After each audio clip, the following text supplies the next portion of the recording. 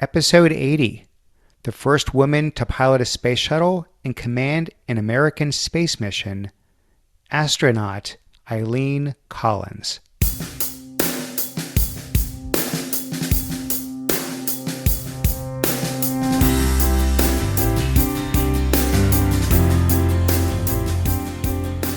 Welcome to The Art of Excellence, a show about people doing extraordinary things in their lives. I'm your host, Glenn Zweig. Thanks for joining me.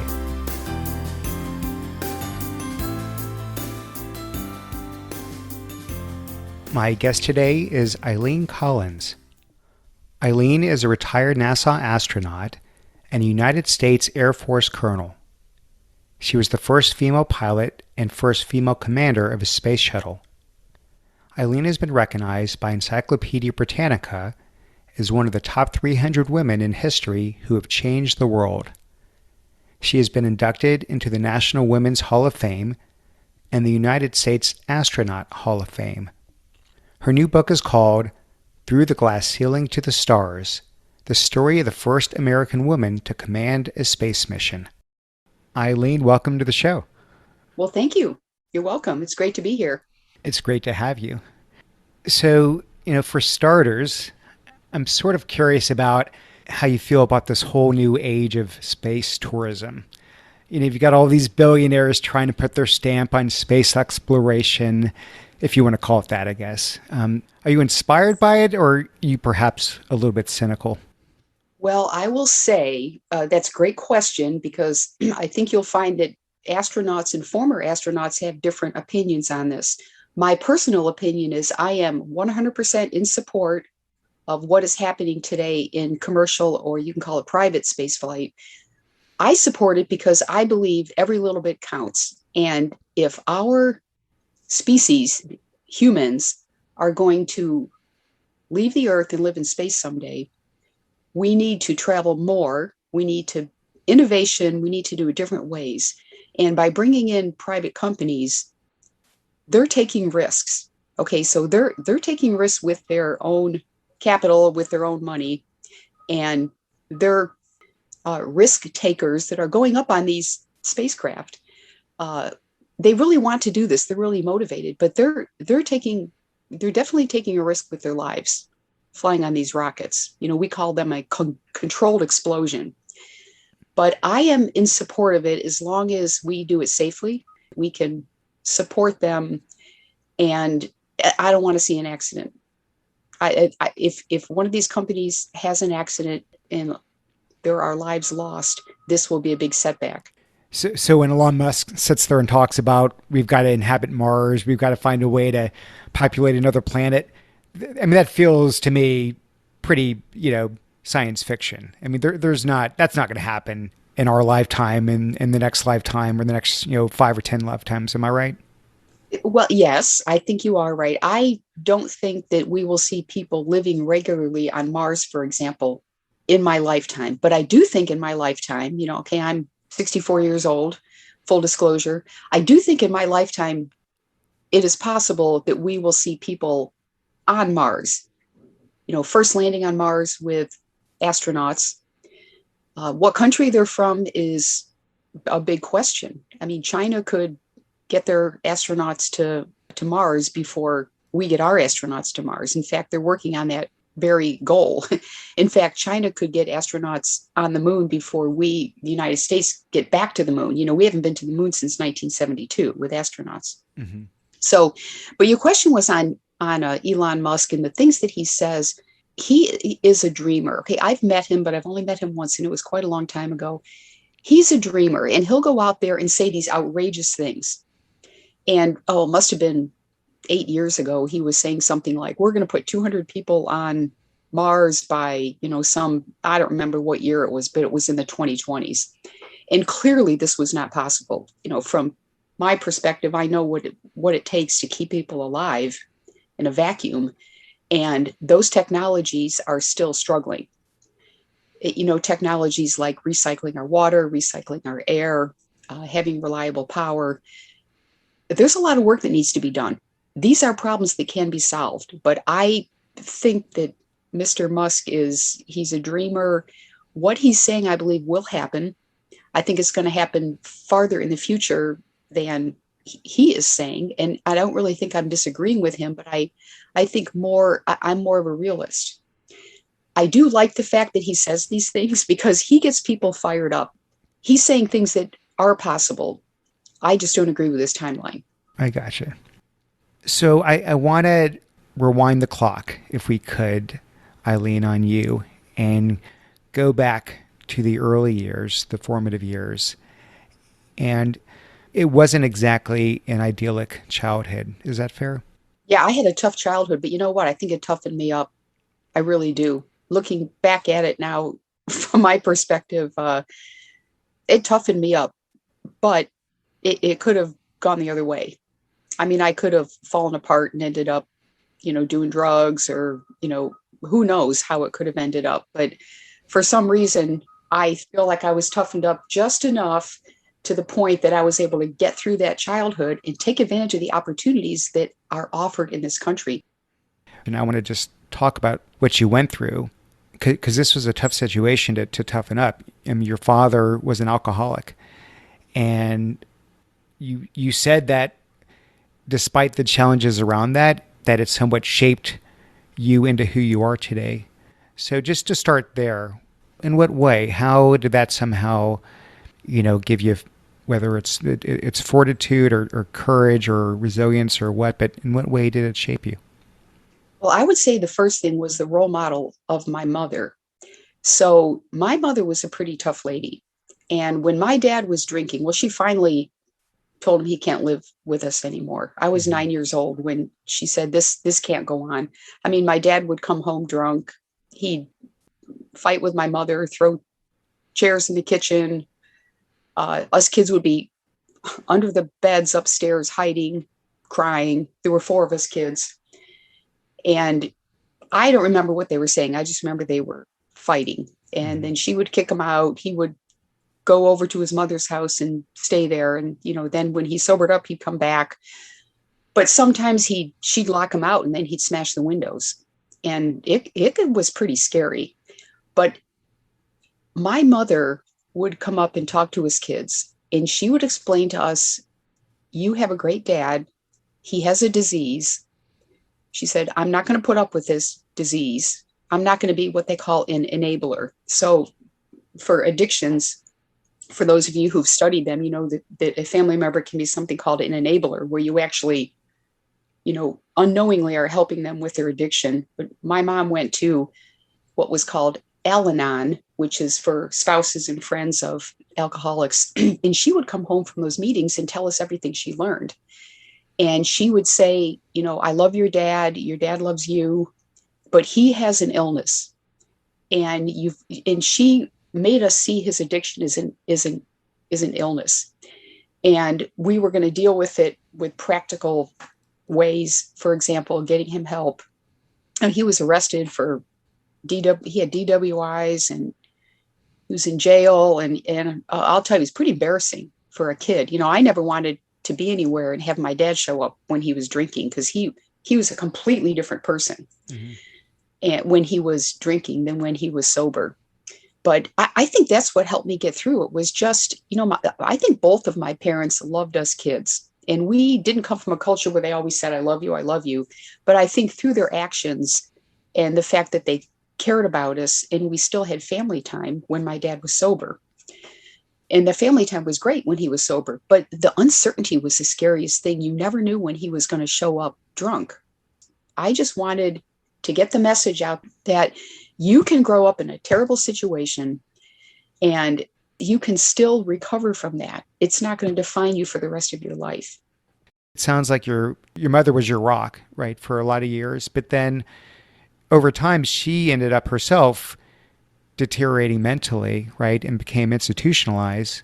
So here you are with one parent you could lean on, and then suddenly you really didn't have either parent you could lean on. I mean, that must have been a really trying time for you. So my mother dealt with my dad's alcoholism, but it finally caught up with her. And the stress over the years was just too much for her. And without going into a lot of detail, it was physical, as her problems were physical as well as emotional. And she ended up in an institution herself when I was 17 years old. So here I am, my older brother's away in college. I'm 17 years old. I'm a senior in high school, and I've got a younger brother and sister at home. So I took care of them for the 4 weeks that my mom was away. I mean, I pretty much, took care of them. I shoveled snow. I went to the grocery store, cooked dinners, made sure they got to school, made sure they had lunch. And when my mom came back from the institution, she was not able to do anything.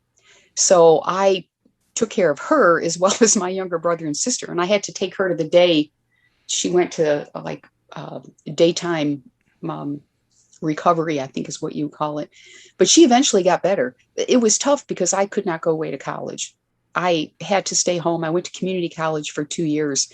But in that 2.5 year period of time, my mother got better to the point that she was able to run the house again. And I was able to go away to college.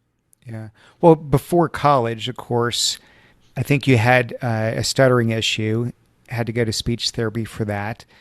And then later on, you did okay grade wise, but it wasn't exactly off the charts, which reminds me of another astronaut I interviewed a couple years back, Scott Kelly. So were you struggling because it was hard, or you just weren't motivated? You just didn't care? What was the story there?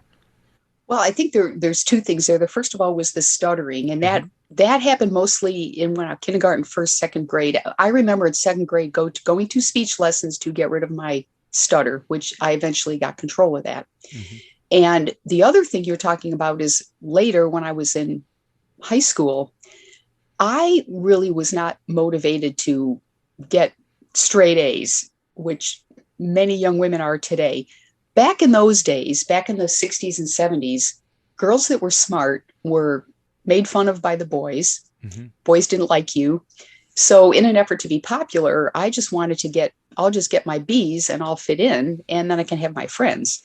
So, I think part of that is the fact that I'm kind of an extrovert myself. And that's going back to my childhood. That's why the stuttering was so painful for me, because I didn't want to stutter. I wanted to be able to interact with people, but that shyness, whether that was from my dad's drinking, I don't know why I had that shyness and that stutter, but I eventually got over it. And, again, it was getting out into the world and getting on my own that I was in basically having independence and being in charge of my own life. I was able to recover from the way I used to think back when I was a kid. I say back in the old days, and I think fortunately, young women don't think that way anymore. It's good for young women to excel and be confident and be independent. And you can still be, I want to say, popular with your friend group. Yeah. Yeah. Things have changed for sure. Probably would have been all the more ostracized doing well in the STEM subjects, on top of it all. So when did the spark first ignite on becoming an astronaut? What was behind that?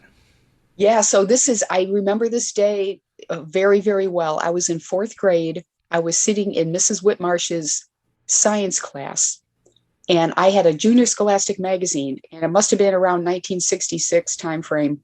There's an article in there on the Gemini astronauts.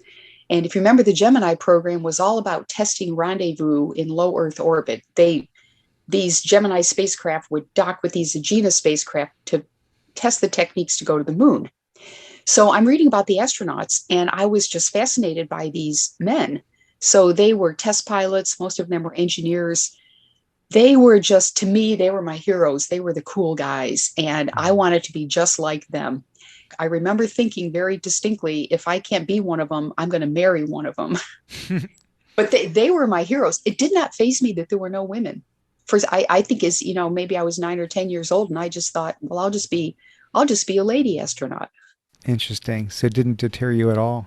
I want to talk about how you got to NASA, but I want to jump ahead just for something that I found really surprising, I guess, and maybe it relates to some of this discussion we're having now, which is when you finally got the nod to become an astronaut.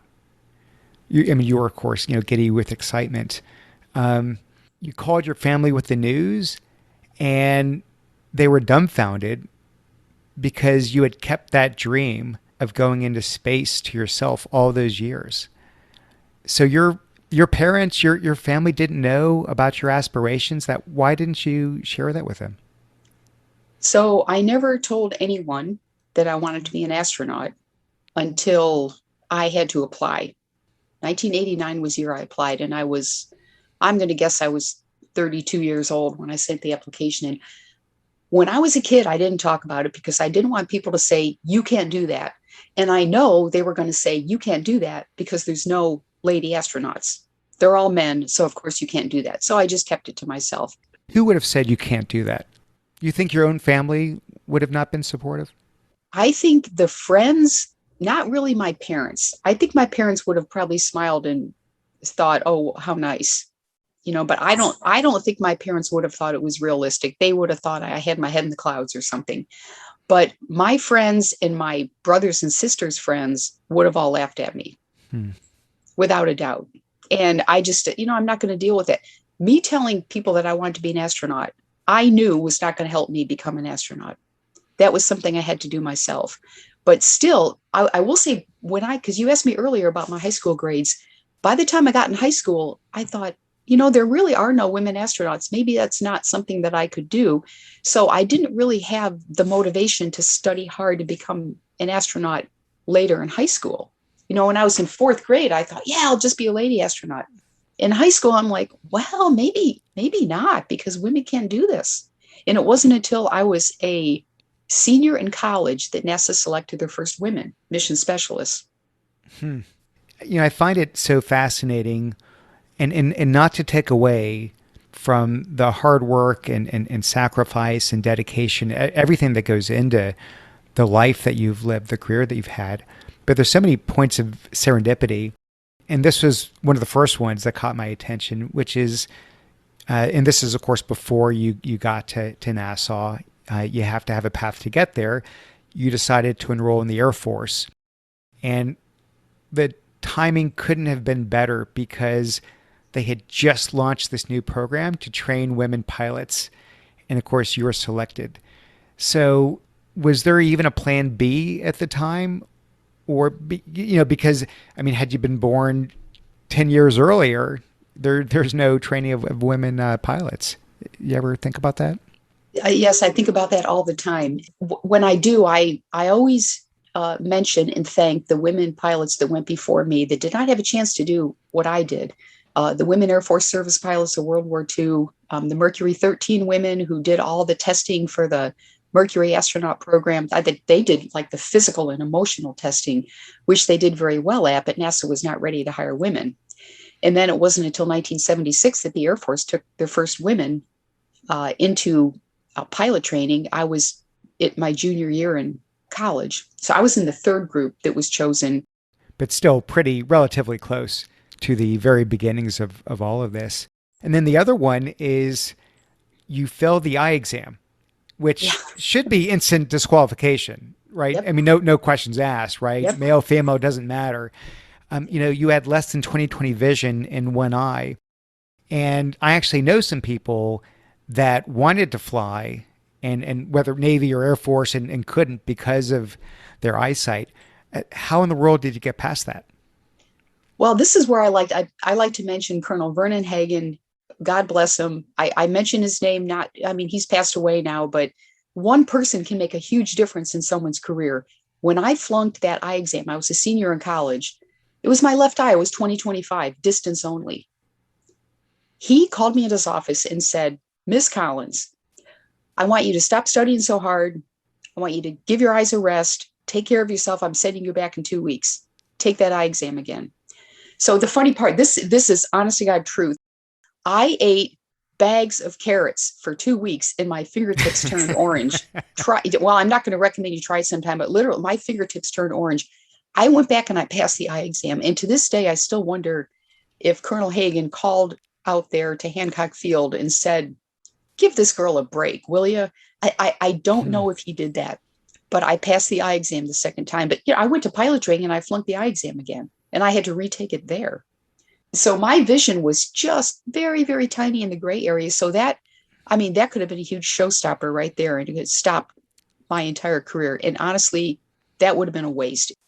So you start flying jets, and you mentioned how when you're flying jets, you have to have, no surprise here, a tremendous level of focus and discipline, which you claim are skills that can be learned.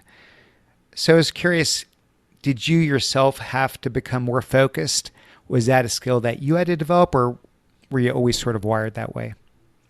So I'm not wired that way. I had to develop it. I was never good in sports in school. I was always, when they picked teams, I was always like the last person picked or the second to the last one picked. It is amazing that I found out that I could fly. Even though I wasn't that good at sports, I had the ability to fly. And I think what happened is when I got in my 20s, I started playing tennis, and I thought that would help with my hand-eye coordination. If I couldn't find a partner, I went and I hit the ball against the wall somewhere.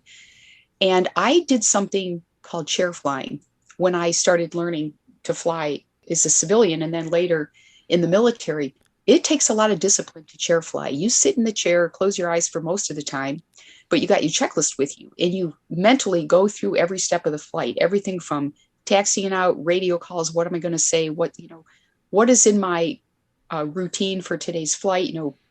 When I get out, oh, there's a cloud, now I got to change, I can't do a loop now, maybe I have to do a barrel roll, or maybe I have to call this off and make a different decision.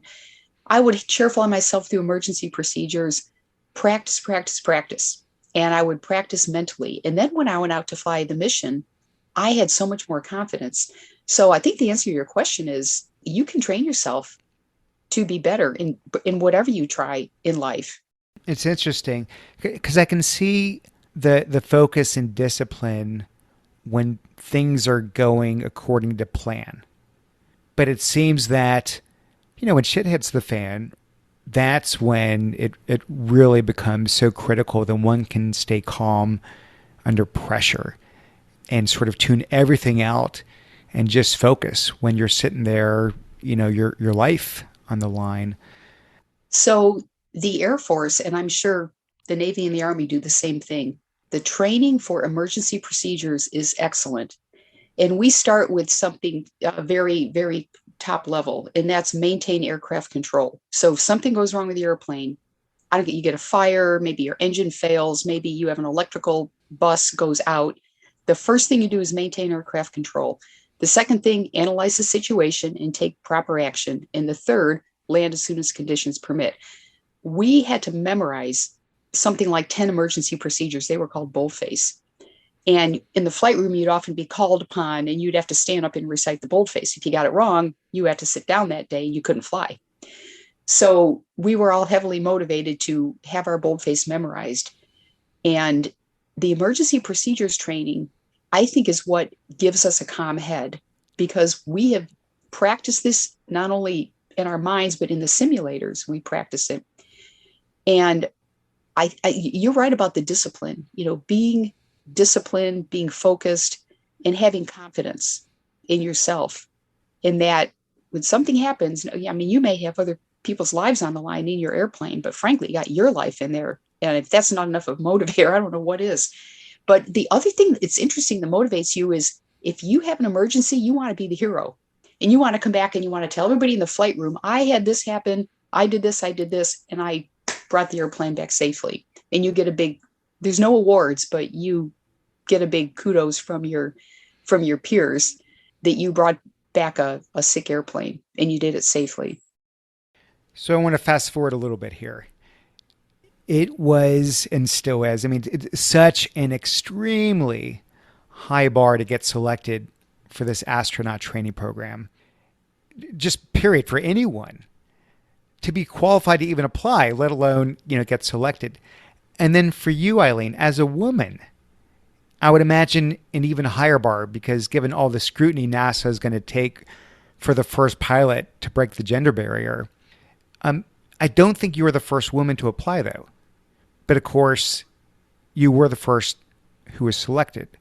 So I was curious, why you? Because at this point, all the training, all the technical qualifications, I imagine were table stakes at this point. Everyone that's applying has those. So what separated you from the others? Well, I don't know if I can answer that question totally. I think the astronaut selection board would have an answer for that. But I do want to say, back in the shuttle program, there were two categories of astronauts. There were mission specialists and there were pilots. So you were selected as one or the other. So there were about 10 or 12 women mission specialists selected before me. So I was the first selected in the pilot category. And the reason that is even being mentioned here is in the shuttle days, you had to be a pilot to be a commander. So by me being selected as a pilot, I was now eligible to be a commander someday, and the first woman commander. So I was very aware of that. I can't really answer what the selection board was thinking, but I will say what I was thinking.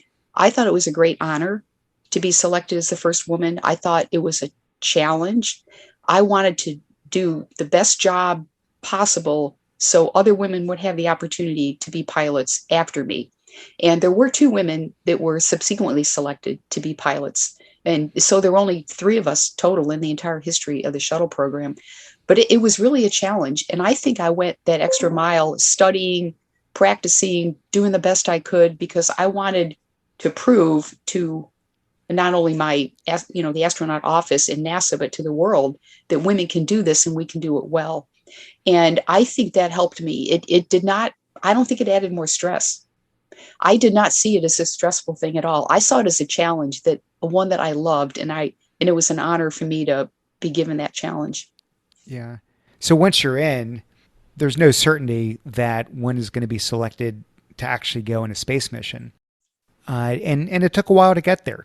And every time there was a potential mission, you'd wait for the call and, it wouldn't happen. And this is going on and on. And then finally you do get that call.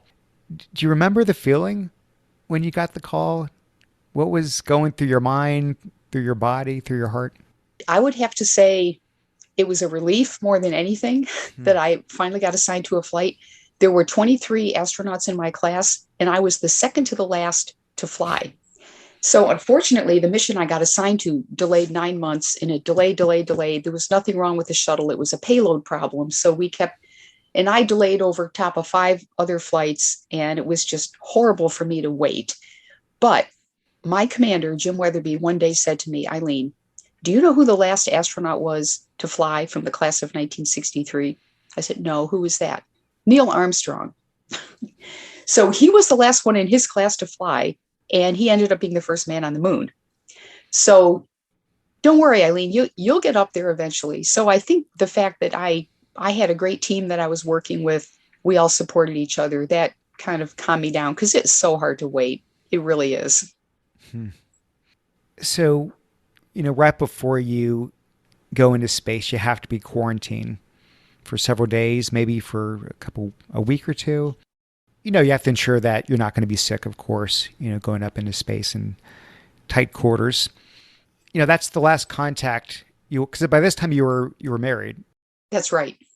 And, it's the last contact you'd have with your husband, and then on subsequent journeys, with your own kids until returning to Earth.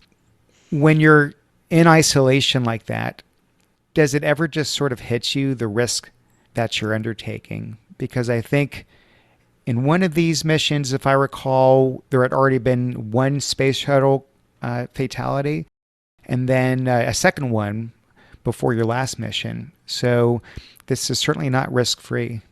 Does it ever sink in, or do you almost have to just brush fear aside because you can't let it get to you? Yeah, so that's a great question. I would, just to give you the background, when I flew my first mission, I was married with no kids. Then I had my daughter. Then I flew another mission. Then I had my son, and then I flew my last mission. Well, the difference on my last mission was, I decided to fly that because I wanted to go to the space station, and I had not been to the space station yet. So I talked to my husband.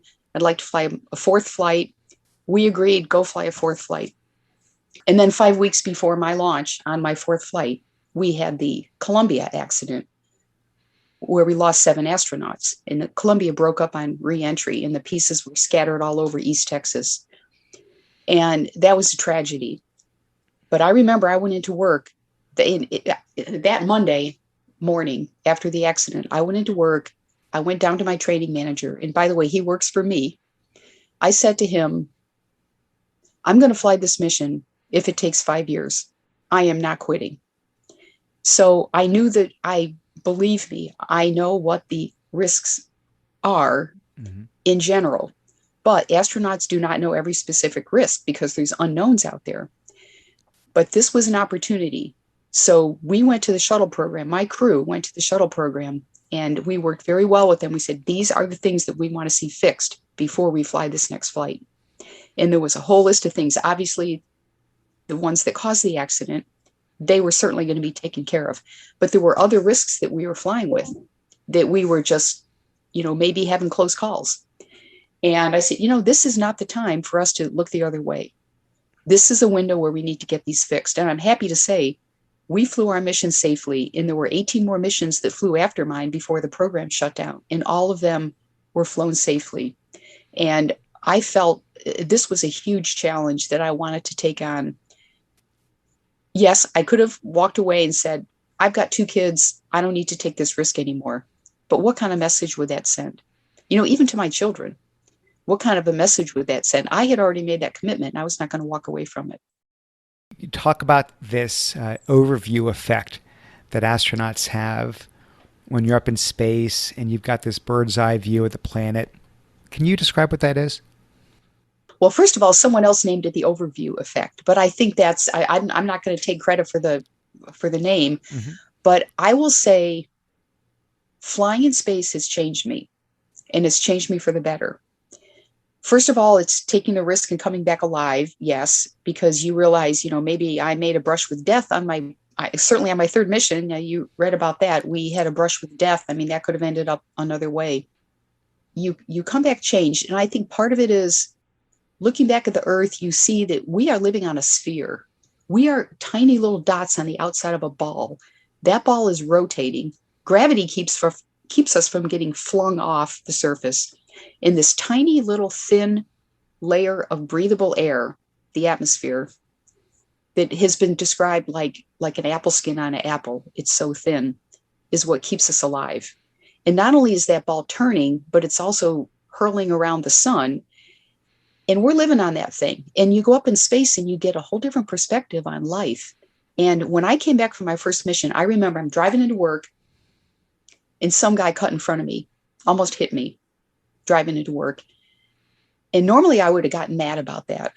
But I remember thinking, I don't care anymore. They can all cut in front of me if they want. Those little things that irritate us every day, they're just not that important. And I think I just got a more global view and outlook on life in general. And on that, and not to digress here, when you have that view of everything in perfect balance and the majesty of it all, does it bring you closer to God if you're religious? Does it bring you closer to science? Does it make you feel differently about the meaning of the universe in any way? Yeah, I would say yes to all of those. I think a lot of it depends on the kind of person you are and what you want to experience. You can go up into space and fly it like it's some deployment. I'm cutting back on deployments, but like we used to deploy in the Air Force and treat it like a deployment, and you come back and okay, what's next? Or you can go up there and really search for the meaning of life while you're there. So it really depends on the astronaut, and a lot of it comes from within. And are you asking yourself the right questions? Or are you just treating your mission as just another deployment? So your first mission, the first woman pilot ever of a space shuttle or any spacecraft for that matter, and then on your second one, you went from co-piloting to commanding an entire mission. Once again, the first woman to ever do so.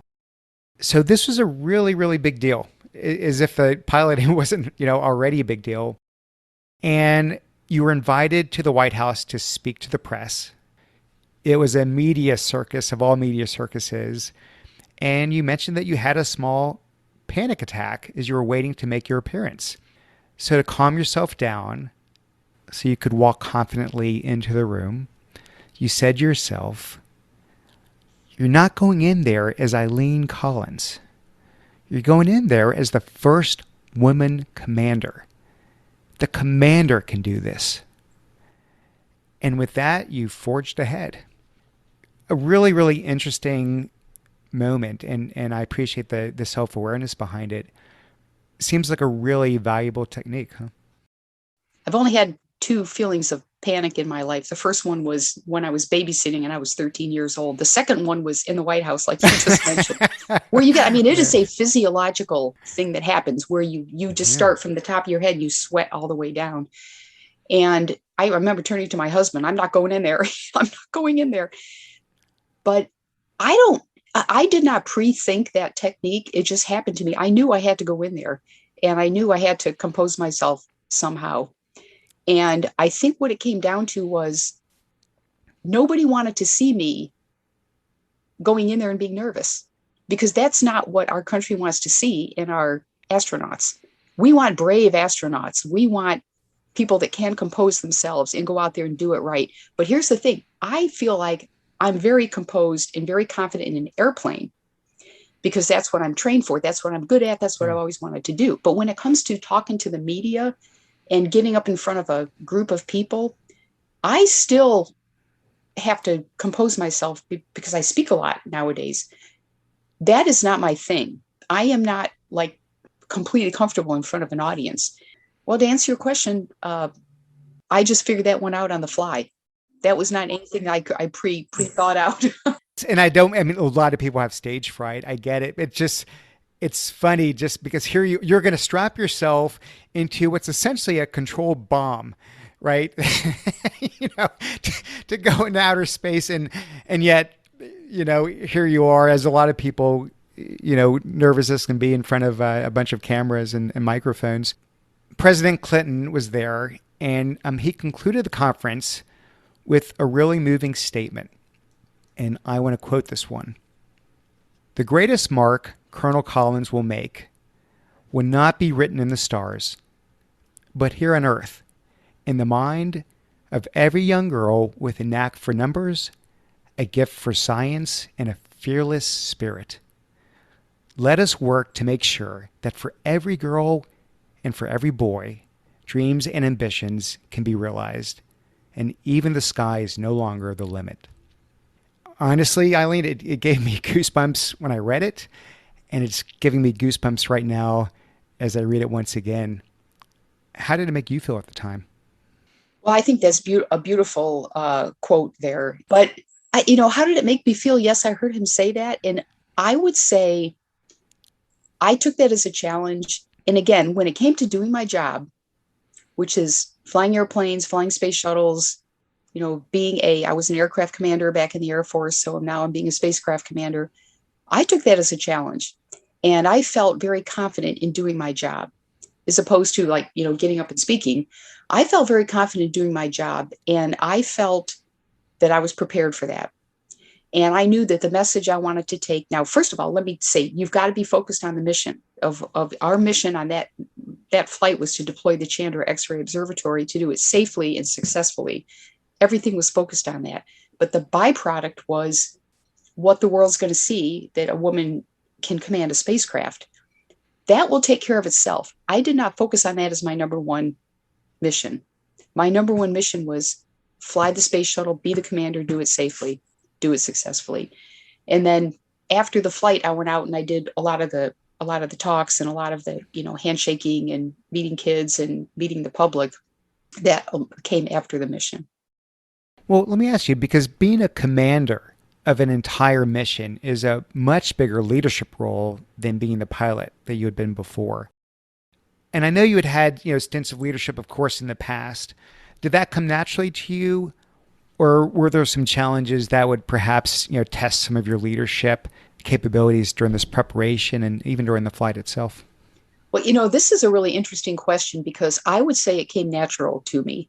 But when you look back at my childhood, I was not a natural leader at school. I was a natural leader in my neighborhood, hanging out with the kids in the neighborhood. And I won't get into all that now, but I think I had it in me, but it just didn't get developed for some reason in the school. So I had been an aircraft commander in the Air Force, and I learned there before I became a shuttle commander, you've got to work with the team. And I had enlisted guys that were flight engineers, they were loadmasters, I had couriers on the plane. I treated all of them with respect. I listened to them intently. I took their advice. I let them know that I respected them and I didn't go around as an autocrat throwing orders. I don't think that works when you have a very highly trained, experienced team. And the same was true with the space shuttle. And I, not only with my crew, but working with the NASA management, I learned, especially after the accident, to be a better listener and to be humble when you listen to people. This is very important. People won't respect you as a leader if you're telling them what to do all the time. So I would tell people, hey, I'm here. If you got a problem, if you have a conflict, if you're not sure what to do, come to me. But otherwise, I expect you to do your job. Let me know if you have a problem. And I think that technique worked as a leader, worked very well for people who are highly trained and highly experienced. So just continuing on this leadership theme, because you were mentioning earlier about after the second space shuttle crash, there was this post-mortem done. I think it was after the Columbia explosion, right? That was the second of the two. Yes. And they came to realize that there were some major cultural issues within NASA that were contributing factors to the accident. And then new leadership principles would be adopted to mitigate, not eliminate, but mitigate future risks. And of course, this was the back to space flight that you led your final mission. But I think you played a key role in just this very introspective period of NASA's history. So wanted to hear more about that role that you played. So after the accident happened in February of 2003, it took about 6 months for the accident report to come out. The accident board blamed the NASA culture just as much as the physical cause of the accident. So the NASA culture, people weren't listening. There were some bosses that were like, hey, I'm the expert here. I know how this works. You can't tell me anything. I mean, there were a lot of those things going on. The accident board blamed what they called the silent safety culture. People that were assigned to safety were sitting along the wall. They weren't speaking up, not entirely their fault, but they were being intimidated by some of the leadership. I could go on and on. Everybody works in environments like this. You know, companies, I mean, even families have these problems. So we had to face the fact that our culture was getting maybe a little too, I want to say, rooted with bad habits. And we needed to get back to being better listeners. I want to say, thinking more creatively. We were not thinking creatively enough. I mean, we could have rescued those astronauts up in space had we known that they had a hole in their heat shield. We believe that we could, after the fact, that we could have launched a rescue space shuttle and brought them back alive. We wouldn't have been able to bring back Columbia, but we could have brought back the 7 astronauts. And why did that not happen? Well, people weren't listening. We need to be more humble. We need to listen. We need to let people get their creativity out there, let them innovate. And we weren't doing that. So how did you feel about, I think it was probably started after your piloting mission, but then certainly after you were the commander, this overnight celebrity. You were on the Tonight Show, you were on Oprah. I mean, pretty much every other talk show and news outlet out there. How did you feel about this overnight fame? It must have been some kind of like outer body experience or something. Okay, so I took it very procedural. The kind of person I am, when you get hit with something that's, you know, maybe a little bit more than what you're used to, because I'm not a TV personality, but now I'm being called to go out in front of the public. So I was very procedural about the whole thing. One of my crewmates said to me, Eileen, when you come back from your first flight, please don't change. Some astronauts let it go to their head. And I said, well, thank you. I take that as a compliment if you want me to change. But I remember him saying that to me and I thought, well, what the heck, you know? So I wanted to maintain my humility. So I decided as I mentioned earlier, I'm going to go out there. I'll play the role. I'll be the woman pilot. I'll play the role as the woman commander. But when I go home, I'm going to be Eileen. And I want to continue to be the person I always have been. I don't want to let the fact that I flew the shuttle go to my head, or I was the first woman pilot and commander go to my head. I wanted to continue to be a person that people can approach. They can talk to me like they talk to any normal person. I want to know what you're thinking. I don't want to be the kind of person that intimidates other people. So I think that the way I handled that was to just be very procedural, go out and just do it, step 1, step 2, step 3, say what you want to say. By the way, NASA never told me what to say. They let me say whatever I wanted. And then go back and do your job and do it as a team member, not as some kind of celebrity. So that's how I handled that. And I think it worked. It kept my sanity. No, that's fair. But I mean, on the inside, right? I mean, you're the first female pilot ever of a space shuttle. You're the first female commander ever. No pun intended, but did the gravity of what you had done here sink in for you? Because this was a monumental milestone, honestly, not just for you, and this, but for womankind. Yeah, so maybe it never did fully sink in. I wrote this book, and I'm still sitting here saying, I really hope people read the book, because it was about, yes, my life, but it's all about opportunity. I don't really see it being about me as much, because I don't want it to go to my head. I don't want to get a big head. I want to stay humble. I want to stay, a real person. But I'll tell you a funny story. My commander, my first flight, I was going to be the first woman pilot. And just before we launched, my commander, Jim Weatherby, said to me, Eileen, you don't even know that you're the first woman pilot. You know that? You don't even know it. I think what he was trying to tell me is, I think he was proud of the fact that I was just doing my job as a pilot. And I wasn't like going out trying to sell myself, outside of my role as just being a space shuttle pilot. And I said, yeah, I guess you're right. But I enjoy doing my job. And I want to stay a team player. I don't want to be off on my own promoting myself. So maybe it never did totally sink in what I did, but that's okay, because I like the way I am. I like the way I think right now. I just want to show that there are opportunities in the world that you ought to take advantage of, because they're great. Yeah, no, you've certainly highlighted that for sure. This podcast, Eileen, that you're on is called The Art of Excellence. I love it when my guests can define for them and for me what that word excellence means. Okay, what comes to mind first of all is knowledge, knowing your job. I would also say communicating with people.